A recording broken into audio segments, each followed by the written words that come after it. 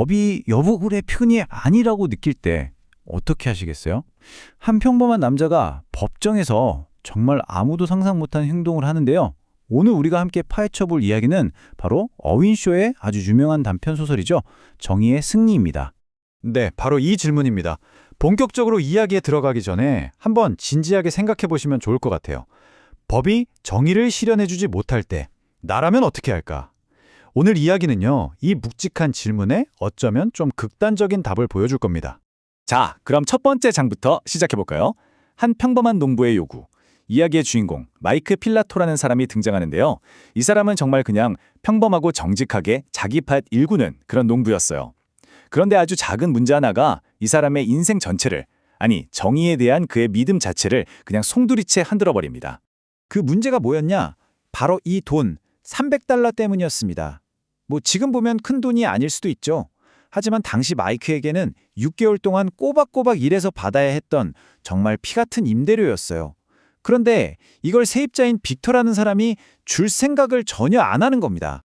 이 두 사람, 마이크와 빅터는요, 정말이지 극과 극의 인물입니다.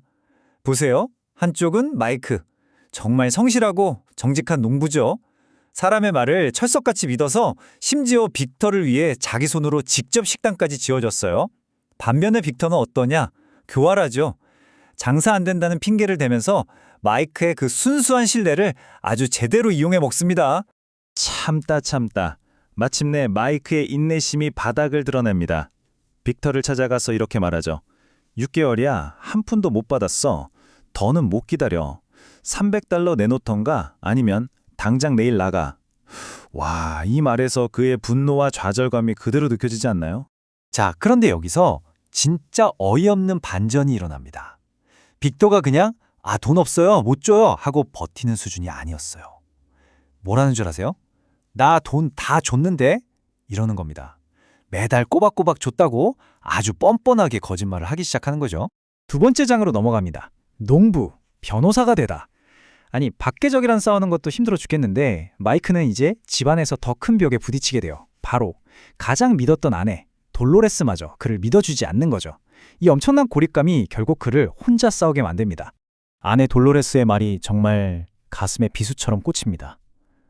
내가 그 사람 믿지 말랬잖아요. 그 돈? 절대 못 받아요. 난 벌써 포기했어요. 라고 말하거든요. 굉장히 현실적이고 어떻게 보면 좀 비관적이죠. 어떻게든 원칙을 지키려는 마이크랑은 정말 생각이 완전히 다른 거예요. 상황이 정말 최악입니다. 마이크 앞을 가로막은 걸 한번 보세요. 일단 계약서가 없어요. 구두 계약이었던 거죠. 변호사를 선임할 돈 당연히 없고요. 이민자라서 영어도 서툴러요. 게다가 빅터 뒤에는 좀 위험해 보이는 깡패 친구들까지 버티고 있습니다. 심지어 마지막 보루인 아내마저 포기하라고 하니 이건 뭐 이길 수가 없는 싸움처럼 보이죠. 하지만 마이크는 여기서 포기하지 않습니다. 그는 결심하죠. 그래, 내가 직접 변호사가 되는 거야. 법, 돈 다 필요 없어. 나는 정직하게 살았고 정의는 분명히 내 편일 테니까. 와, 정말 대단한 결심이죠. 가진 건 정의는 내 편이라는 이 믿음 하나뿐인데 말이에요. 자, 이제 세 번째 장. 진실, 거짓, 그리고 의자. 드디어 무대는 법정으로 옮겨집니다. 여러분, 이제부터가 진짜입니다. 딱딱한 법과 날 것 그대로의 정의가 정면으로 부딪히는 곳이죠. 긴장감이 정말 장난이 아닙니다. 법정한 분위기가 살벌합니다. 빅터는요, 선서까지 해놓고 정말 눈 하나 깜짝 안 하고 거짓말을 술술 늘어나요. 매달 돈 줬는데요?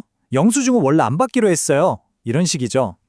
그 모습을 지켜보는 마이크 심정은 어땠을까요? 아니, 고작 300달러 때문에 저렇게 영혼까지 팔아넘기나? 정말 엄청난 충격과 분노를 느낍니다. 드디어 마이크가 직접 나설 차례가 옵니다. 그는 변호사처럼 어려운 질문 같은 거 안 해요. 그냥 증인석으로 성큼성큼 다가가서 빅터 바로 앞에 섭니다. 그리고 몸을 숙여서 아주 단순하고 직접적인 요구를 하죠. 바로 이 한마디. 빅터, 내 눈 똑바로 봐. 정말 나한테 돈 줬어? 이게 마이크의 질문이었습니다. 어떤 법률 용어도 없죠. 그냥 한 인간이 다른 인간에게 던지는 진실을 향한 절규에 가까운 질문입니다. 그런데 빅터, 정말 대단한 사람이죠. 마이크의 눈을 피하지도 않아요. 똑바로 쳐다보면서 딱 잘라 말합니다. 줬어. 자네한테 돈 줬다고. 바로 그 순간 마이크는 깨달은 것 같아요. 아, 이 법이라는 테두리 안에서는 진실을 밝힐 수 없겠구나. 순수한 절망감이 그를 덮쳤고, 그리고 그는 정말 누구도 예상치 못한 엄청난 행동을 저지릅니다. 마이크가 곁에 있던 참나무 의자를 번쩍 들어 올립니다. 그리고 빅터의 머리 위로 그걸 치켜들고 소리치죠. 진실을 말해, 빅터! 와, 모든 법적 절차를 그냥 박살 내버린 거죠. 원초적인 힘으로 진실을 끄집어내려는 그 순간 법정은 그야말로 아수라장이 됩니다. 네 번째 장으로 넘어왔습니다. 상식을 벗어난 판결.